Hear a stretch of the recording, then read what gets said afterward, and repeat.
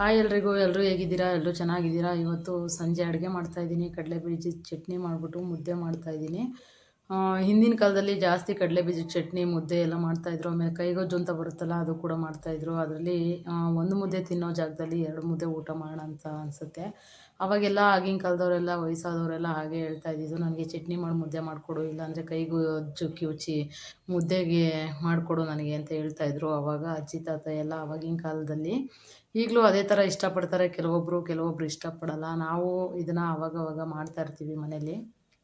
ಕಡಲೆಬೀಜ ಚಟ್ನಿ ಮಾಡಿ ಮುದ್ದೆ ಮಾಡಿ ಸೈಡ್ಗೆ ಏನಾದರೂ ಕಾಳು ಬರುತ್ತಲ್ಲ, ಹೆಸರು ಕಾಳಾಗಲಿ, ಕಡಲೆಕಾಳಾಗಲಿ, ಆಮೇಲೆ ಅಲಸಂದೆ ಕಾಳಾಗಲಿ, ಈ ಥರದ್ದು, ಆಮೇಲೆ ಜಾಸ್ತಿ ಹುಳ್ಳಿಕಾಳಾಗಲಿ, ಈ ಥರದ್ದು ಏನಾದರೂ ಮಾಡಿಕೊಂಡು ಸೈಡ್ಗೆ ತಿನ್ನೋದ್ರಿಂದ ಒಂದು ಮುದ್ದೆ ತಿನ್ನೋ ಜಾಗದಲ್ಲಿ 2 ಮುದ್ದೆ ತಿನ್ನೋಣ ಅಂತ ಅನಿಸುತ್ತೆ. ಈಗಲೂ ಹಂಗೇನೆ. ಆಮೇಲೆ ಕೈಗೊಜ್ಜು ಅದೇ ಥರ ಮಾಡ್ತೀವಿ.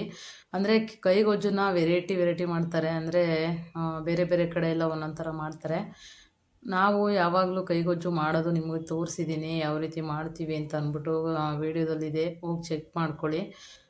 ನಮ್ಮ ಮನೆಯವರು ಊರಿಗೆ ಹೋಗಿದ್ರು ಅಂತ ಹೇಳಿದ್ನಲ್ವ, ಅಮ್ಮನ ಮನೆ ಕಟ್ತಾ ಇದ್ದಾರೆ. ಅಲ್ಲಿ ಎಲ್ಲಿವರೆಗೂ ಬಂದಿದೆ ನೋಡಿಕೊಂಡು ವಾರ 3 ದಿನಕ್ಕೊಂದ್ಸಲ ಹೋಗ್ತಾ ಇರ್ತಾರೆ ನಮ್ಮ ಮನೆಯವರು. ಅವ್ರ ಜೊತೆಗೆ ನಾನು ಹೋಗ್ತಾ ಇರ್ತೀನಿ. ಇವತ್ತು ನಾನು ಹೋಗಿಲ್ಲ, ಮನೆ ಹತ್ರನೇ ಇದ್ದೆ, ಸ್ವಲ್ಪ ಕೆಲಸಗಳೆಲ್ಲ ಜಾಸ್ತಿ ಇತ್ತು, ಹಾಗಾಗಿ ನಾನು ಹೋಗಲಿಲ್ಲ. ಅವರು ಹೋಗ್ಬಿಟ್ಟು ತರಕಾರಿ ಎಲ್ಲ ಕೊಟ್ಟು ಅಲ್ಲೆಲ್ಲ ನೋಡ್ಕೊಂಡು ಬಂದರು. ಆಗಲೇ 8 ಗಂಟೆ ಆಗಿದೆ. ಬಂದು ಏನು ಮಾಡಿದೆಯಾ ಅಡುಗೆ ಅಂದ್ಬಿಟ್ಟು ಚೆಕ್ ಮಾಡ್ತಾ ಇದ್ದಾರೆ. ಇಲ್ಲಿ ನಾನು ಚಟ್ನಿ ಮಾಡ್ತಾಯಿದ್ದೀನಿ. ಅವರು ತರಕಾರಿ ಹುಳಿ ಸಾಂಬಾರು ಮಾಡು ಅಂತ ಹೇಳಿದರು. ನಮಗೆ ಹುಳಿ ಸಾರೆಲ್ಲ ತಿನ್ನೋದಕ್ಕಾಗಲ್ಲ, ಅದಕ್ಕೋಸ್ಕರ ನಾನು ಚಟ್ನಿ ಮಾಡ್ಕೊಳ್ಳೋಣ ಅಂತ ಅಂದ್ಬಿಟ್ಟು ಚಟ್ನಿ ಮಾಡ್ತಾಯಿದ್ದೀನಿ. ಮುದ್ದೆ ಮಾಡಿಬಿಟ್ಟು ಹಪ್ಪಳ ಇತ್ತು, ಹಪ್ಪಳ ಸಂಡಿಗೆ ಎಲ್ಲ ಇತ್ತು, ಊರಿಂದನೇ ಕೊಟ್ಟು ಕಳಿಸಿದ್ದು. ಅದನ್ನು ಹಾಕ್ಬಿಟ್ಟು ಚಟ್ನಿ ಮಾಡಿ ಮುದ್ದೆ ಮಾಡೋಣ ಅಂತ ಅಂದ್ಬಿಟ್ಟು ಮಾಡ್ತಾಯಿದ್ದೀನಿ ಇಲ್ಲಿ.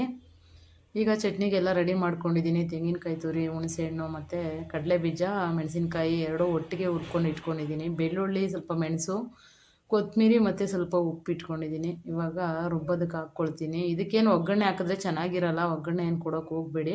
ದೋಸೆ ಮಾಡಿದ್ರೆ ಮಾತ್ರ ಒಗ್ಗರಣೆ ಹಾಕ್ಕೋಬೋದು. ಹಾಗೆಯೇ ರುಬ್ಬೋದಕ್ಕೂ ಮುಂಚೆ ಮುದ್ದೆಗೆ ಇಟ್ಕೊಳ್ಳೋಣ ಅಂತ ಅಂದ್ಬಿಟ್ಟು ಮುದ್ದೆ ಮಾಡಿದ್ದು ಹಾಗೆ ಇತ್ತು. ಒಂದೇ ಟೈಮ್ ಮುದ್ದೆ ಮಾಡಿರೋ ತಪ್ಪಲೆ ಅದು, ಅದನ್ನೇ ಇಟ್ಬಿಟ್ಟು ಇವಾಗ ಅದಕ್ಕೇ ಮುದ್ದೆ ಮಾಡೋಣ, ಆಮೇಲೆ ಇನ್ನೊಂದು ಸಲ ಮುದ್ದೆ ಮಾಡ್ಕೊಂಡು ಆಮೇಲೆ ತೊಳ್ಕೊಳ್ಳೋಣ ಅಂತ ಅಂದ್ಬಿಟ್ಟು ಇವಾಗ ಅದೇ ತಪ್ಪಲೆನೇ ಇಡ್ತಾಯಿದ್ದೀನಿ. ಆ ಕಡೆಗೆ ಮುದ್ದೆಗೂ ಇಟ್ಬಿಟ್ಟು ಈ ಕಡೆ ಚಟ್ನಿಗೆ ರುಬ್ಕೊಂಡ್ರೆ ಬೇಗ ಆಗುತ್ತೆ. ಆಲ್ರೆಡಿ ಅದು ರೈಸ್ ಮಾಡಿ ಇಟ್ಟಿದ್ನಲ್ಲ, ಅದೇ ನೋಡಿದ್ದು ನಮ್ಮ ಮನೆಯವ್ರು ಬಂದು ಏನು ಮಾಡಿದ್ಯಾ ಅಂತ. ಇನ್ನೇನು ಮುದ್ದೆ ಮತ್ತು ಚಟ್ನಿ ಮಾಡ್ಕೊಳ್ಬೇಕಷ್ಟೇ. ಆರಾಮಾಗಿ ಮಾಡ್ಕೊಬೋದು. 2 ನಿಮಿಷಕ್ಕೆ ಮಾಡಿಕೊಂಡು ಅಡುಗೆ ಮಾಡ್ಕೊಂಡು ಊಟ ಮಾಡ್ಬೋದು. ಈಗ ಮುದ್ದೆಗೂ ಇಟ್ಬಿಟ್ಟು ಇವಾಗ ಚಟ್ನಿಗೆ ರುಬ್ಕೊಳ್ತೀನಿ. ಇವಾಗ ಅಂದರೆ ಬೆಳಗ್ಗಿಂದ ಸಿಕ್ಕಾಪಟ್ಟೆ ಕೆಲಸಗಳಿತ್ತು, ಸ್ವಲ್ಪ ಶನಿವಾರ ಬೇರೆ ಇವತ್ತು, ಹಾಗಾಗಿ ವಾರ ಆ್ಯಕ್ಚುಲಿ ಮೈನ್ ಇರೋದು ನಮ್ಮದು ಶನಿವಾರನೇ. ಆದರೂ ನಾನು ಶುಕ್ರವಾರ ಜಾಸ್ತಿ ಮಾಡ್ತೀನಿ, ಶನಿವಾರನೂ ಮಾಡ್ತೀನಿ. ಅದೇ ಡೈಲಿ ಪೂಜೆ ಇದ್ದೇ ಇರುತ್ತೆ. ಬಾಗಿಲಲ್ಲಿ ಡೈಲಿ ಪೂಜೆ ಮಾಡೇ ಮಾಡ್ತೀನಿ. ದೇವ್ರ ಮನೆಯಲ್ಲಿ ಬಾಗಿಲಲ್ಲಿ ಎಲ್ಲ ತುಳಸಿ ಕಟ್ಟೆ ಹತ್ರ ಎಲ್ಲ.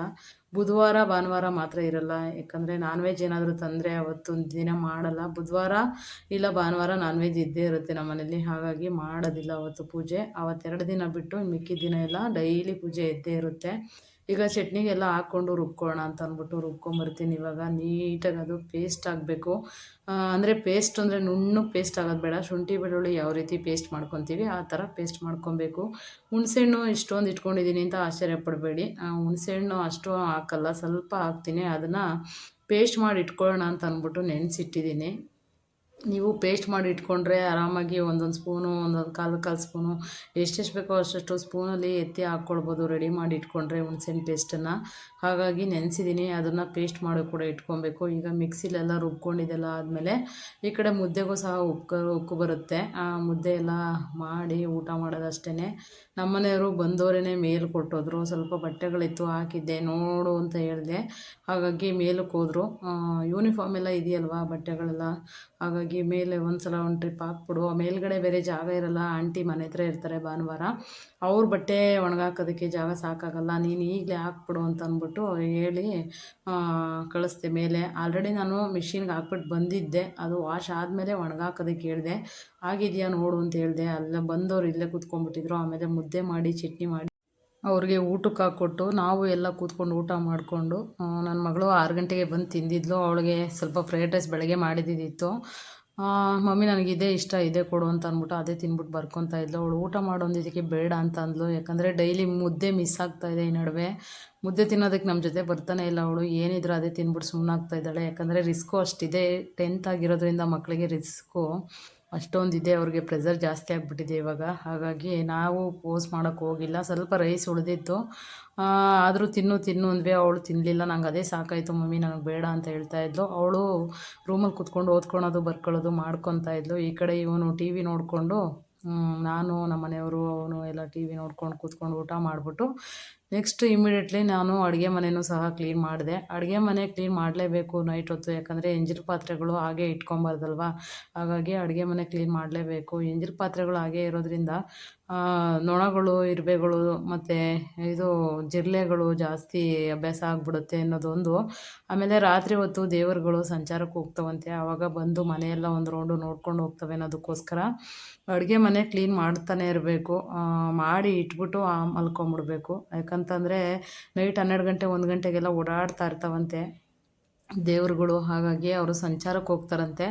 ಅವರು ಹೋಗ್ಬೇಕಾದ್ರೆ ಎಲ್ಲ ನೀಟಾಗಿರಬೇಕು, ಬರಬೇಕಾದ್ರೂ ಎಲ್ಲ ನೀಟಾಗಿರಬೇಕು ಅನ್ನೋದಕ್ಕೋಸ್ಕರ ಎಲ್ಲ ಯಾಕಂದರೆ ಬರಬೇಕಾದ್ರೂ ಅವು ಒಂದು ರೌಂಡು ಮನೇನ ನೋಡಿಕೊಂಡು ಬಂದು ಹೊಸ್ಲ ಮೇಲೆ ಕೂತ್ಕೊಂಡು ನಗಾಡ್ಕೊಂಡು ಅಡುಗೆ ಮನೆಗೆ ಹೋಗಿ ನೋಡಿಕೊಂಡು ಒಂದು ಸಲ, ಆಮೇಲೆ ದೇವ್ರ ಮನೆ ಹೊಸ್ಲ ಮೇಲೆ ಕೂತ್ಕೊಂಡು ಆಮೇಲೆ ದೇವ್ರ ಮನೆ ಒಳಗೋಗಿ ಕೂತ್ಕೊಳ್ತಾವಂತೆ ದೇವ್ರುಗಳು.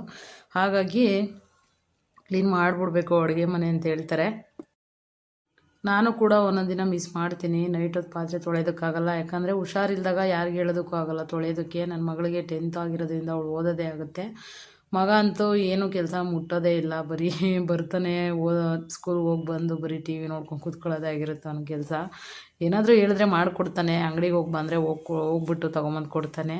ಮತ್ತು ಏನಾದರೂ ಸಣ್ಣ ಪುಟ್ಟ ಕೆಲಸಗಳು ಮಾಡಿಕೊಡ್ತಾನೆ. ಅಂದರೆ ಎಲ್ಲನೂ ಹೇಳೋಕ್ಕಾಗಲ್ವಲ್ಲ ಅವನಿಗೆ. ಪಾತ್ರೆ ತೊಳಿ, ಕಸ ಗುಡಿಸು ಅಂತ ಹೇಳೋಕ್ಕಾಗತ್ತಾ? ಆಗಲ್ಲ. ಹಾಗಾಗಿ ನಾನು ಅವ್ನಿಗೇನು ಹೇಳೋದಕ್ಕೂ ಹೋಗಲ್ಲ. ಈಗ ಏರ್ ಕಂಟೈನರ್ ಒಂದೆರಡು ಜಾರ್ಗಳು ಬುಕ್ ಮಾಡಿದೆ. ಏನಕ್ಕಪ್ಪ ಇದು ಅಂತಂದರೆ ಚಿಲ್ಲಿ ಪೇಸ್ಟು ಮತ್ತು ಹುಣಸೆಹಣ್ಣಿನ ಪೇಸ್ಟು, ಮೆಣಸು ಪೌಡ್ರು, ಜೀರಿಗೆ ಪೌಡ್ರು ಇಂಥದ್ದನ್ನೆಲ್ಲ ಹಾಕ್ಕೊಳ್ಳೋಕ್ಕೆ ನನಗೆ ಸಣ್ಣ ಸಣ್ಣ ಬಾಟ್ಲುಗಳು ಬೇಕಾಗಿತ್ತು. ಯಾಕಂದರೆ ಪೇಸ್ಟ್ಗಳೆಲ್ಲ ಹಾಕ್ಕೊಬೇಕು ಅಂತಂದರೆ ಹಸಿದಲ್ವ, ಅದು ಏರ್ ಕಂಟೈನರಲ್ಲೇ ಹಾಕಬೇಕು. ಪ್ಲಾಸ್ಟಿಕ್ ಬಾಟ್ಲಲ್ಲಿ ಹಾಕಿದ್ರೆ ಕೆಟ್ಟೋಗುತ್ತೆ, ಬೇಗ ಜಾಸ್ತಿ ದಿನ ಬಾಳಿಕೆ ಬರೋಲ್ಲ ಅನ್ನೋದಕ್ಕೋಸ್ಕರ ನಾನು ಏರ್ ಕಂಟೈನರ್ ಬಾಕ್ಸ್ಗಳನ್ನ ತರಿಸಿದ್ದೀನಿ ನಾನು. ಅಂದರೆ ಇದು ಬಾಟಲ್ಗಳು ಗ್ಲಾಸಿಂದು ಬರುತ್ತೆ ಮೆಟೀರಿಯಲ್ಲು. ಚೆನ್ನಾಗಿದೆ, ತುಂಬ ನೋಡೋಕ್ಕೆ ಸಿಕ್ಕಾಪಟ್ಟೆ ಇಷ್ಟ ಆಯಿತು ನನಗೆ. ಎಷ್ಟು ಚೆನ್ನಾಗಿದೆ ಗೊತ್ತಾ ಇದು. ನನಗಂತೂ ಸಿಕ್ಕಾಪಟ್ಟೆ ಇಷ್ಟ ಆಗ್ಬಿಡ್ತು ನೋಡೋಷ್ಟರಲ್ಲೇ. ಇನ್ನೊಂದೆರಡು ಬುಕ್ ಮಾಡಿದ್ದೀನಿ ಉಪ್ಪಿಗೆ ಅಂತ ಅಂದ್ಬಿಟ್ಟು, ಉಪ್ಪು ಮತ್ತು ಪುಡಿ ಉಪ್ಪು ಎರಡಕ್ಕೂ. ಅದು ದೊಡ್ಡ ದೊಡ್ಡ ಬಾಟ್ಲುಗಳು ಬುಕ್ ಮಾಡಿದ್ದೀನಿ, ಎರಡನೇ. ಅದು ಕೂಡ ಮೆಟೀರಿಯಲ್ ಚೆನ್ನಾಗಿದೆ ನೋಡಿ ಬುಕ್ ಮಾಡಿದ್ದೀನಿ ನಾನು. ಯಾಕಂದರೆ ಜಾಸ್ತಿ ದಿನ ಬಾಳಿಕೆ ಬರುತ್ತೆ ಅದರಲ್ಲಿ. ಆಮೇಲೆ ಉಪ್ಪು ಪ್ಲಾಸ್ಟಿಕ್ ಡಬ್ಬದಲ್ಲಿ ಹಾಕ್ಬಾರ್ದು ಅಂತಾರೆ. ಹಾಗಾಗಿ ನಾನು ಪ್ಲಾಸ್ಟಿಕ್ ಡಬ್ಬದಲ್ಲಿದೆ ಪುಡಿ ಉಪ್ಪು. ಹಾಗಾಗಿ ಒಂದು ಗ್ಲಾಸ್ ಬಾಟ್ಲು ಅವಾಗಿನ ಕಾಲದ ಅಜ್ಜಿ ಕಾಲದ ಒಂದು ಐತೆ, ಅದು ನಾನು ತಂದಿದ್ದೆ, ಅಮ್ಮನ ಮನೇಲಿತ್ತು. ಚೆನ್ನಾಗಿದೆ ಇದು ಗ್ಲಾಸ್ ಬಾಟ್ಲು ಅಂತ ಅಂದ್ಬಿಟ್ಟು, ನೀವು ನೋಡಿರ್ತೀರ ವಿಡಿಯೋದಲ್ಲಿ. ಅದಕ್ಕೆ ಹಾಕಿಟ್ಕೊಂಡಿದ್ದೀನಿ. ಈಗ ಪುಡಿ ಉಪ್ಪಿಗೆ ಒಂದು ಬೇಕಾಗಿತ್ತು, ಅದಕ್ಕೋಸ್ಕರ ಇವಾಗ ಎರಡು ಸೇರಿ ಎರಡು ಒಟ್ಟಿಗೆ ಬುಕ್ ಮಾಡಿದ್ದೀನಿ, ಒಂದೇ ಥರ ಇರಲಿ ಅಂತ ಅಂದ್ಬಿಟ್ಟು. ಈಗ ಏರ್ ಕಂಟೈನರು ಇದು ಬಾಟ್ಲುಗಳು ಇಷ್ಟು ಬುಕ್ ಮಾಡಿದ್ದೀನಿ. ಒಂದು ಸೆಟ್ಟಲ್ಲಿ 6 ಬಂದಿದೆ.